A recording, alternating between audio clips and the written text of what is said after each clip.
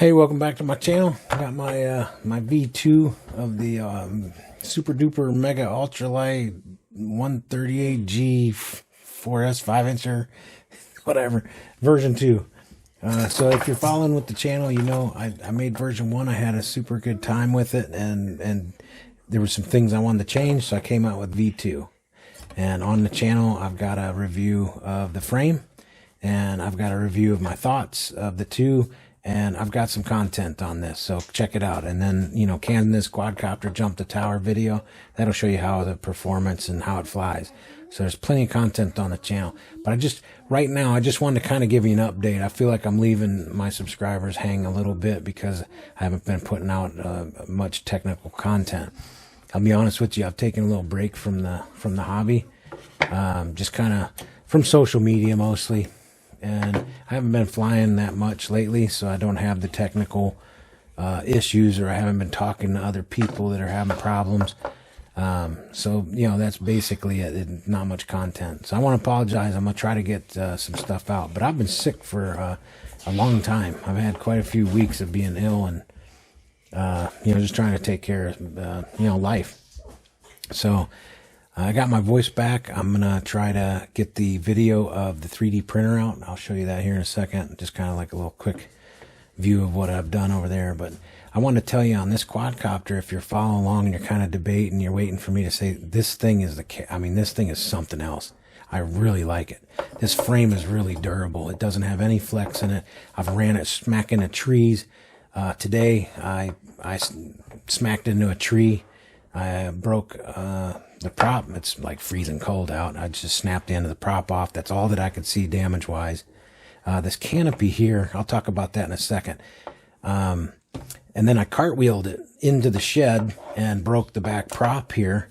But there's no issues. As you know, that other frame that I had, this one here, it just snaps real easy.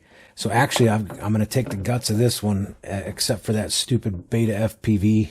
That beta FPV board is going away. I don't know what I'm going to do yet with it. But we're going to do the HGLRC all-in-one. You remember, I don't have any affiliation with anybody. This is just me buying stuff and having a good time and trying to help you have fun too.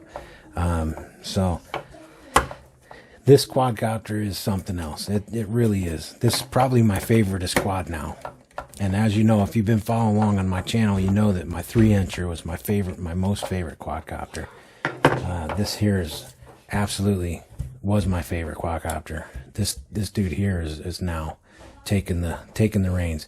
It's so fast. It's so nimble. I don't necessarily know if I would say, hey, you know, new person in the hobby, build this, because this one does take some muscle memory and skill. This thing's really fast, and it's not as snappy. It takes a little more space. It's kind of like riding a chopper versus a crotch rocket, you know.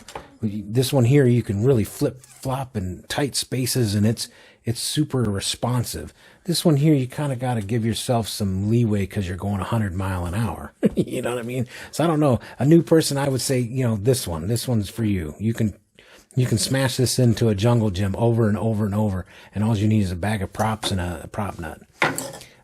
But this one here, you know, if you've already flown a little bit and you want to take it out. But these are the two quadcopters from now on I'm going to recommend, with the FAA rules and all the things that are happening, and the unsure about the weight limits and all that. And then as far as analog's concerned, because both these quads are analog quads, and I still fly my Fat Shark analog. So these are really fun. I'm going to recommend this frame. I've smashed it enough. I mean, I'm full throttle into stuff. I'm cartwheeling it, and it's handling it no problem. So yeah, check it out. Like I said, I got a bunch of stuff on the channel about that. New person, I would say the 3-inch is probably the way to go. Both of them are running on a 650, so I run 4S 650 on both of them.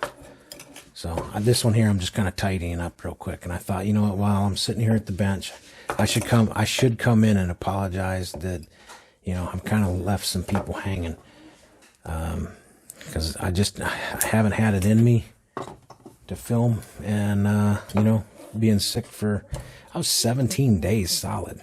Terrible, man. But it wasn't, you know, it wasn't the the big C. So here, let me grab my camera, and I'm just going to give you a quick look at the 3D printer. But before that, I wanted to say that the 3D printer, I'm going to do an overview. It's going to be something different. Check it out.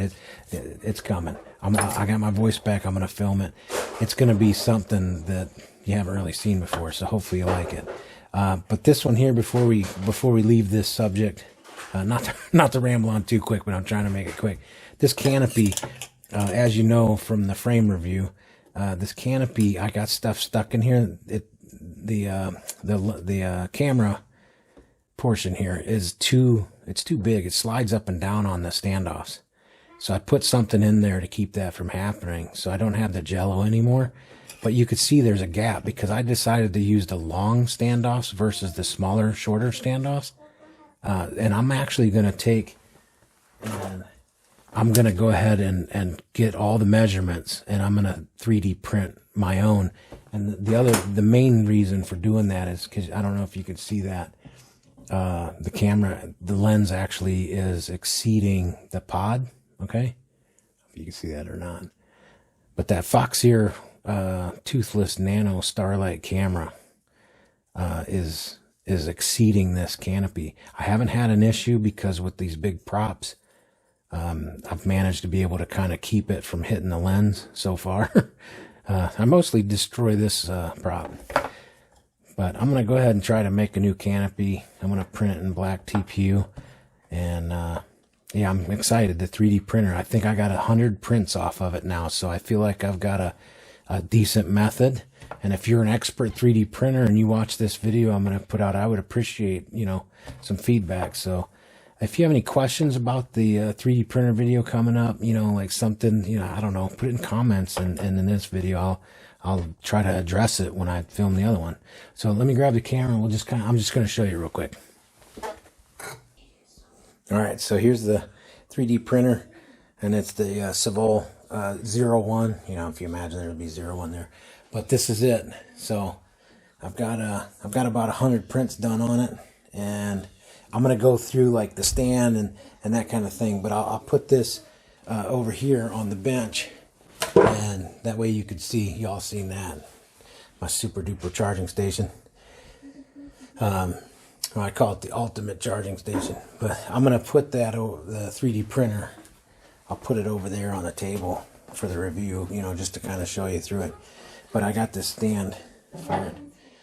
Really neat piece of equipment, and I finally got one. So look forward to that. Hey, again, I apologize. I haven't been getting out some tech stuff, but if I'm not flying, having problems, witnessing other people's problems, I'm not really making content just to make content. So, hey, I appreciate your time. If you like what you've seen, give me a thumbs up and subscribe. If you hate it, give me a thumbs down. It all works. Enjoy the breeze.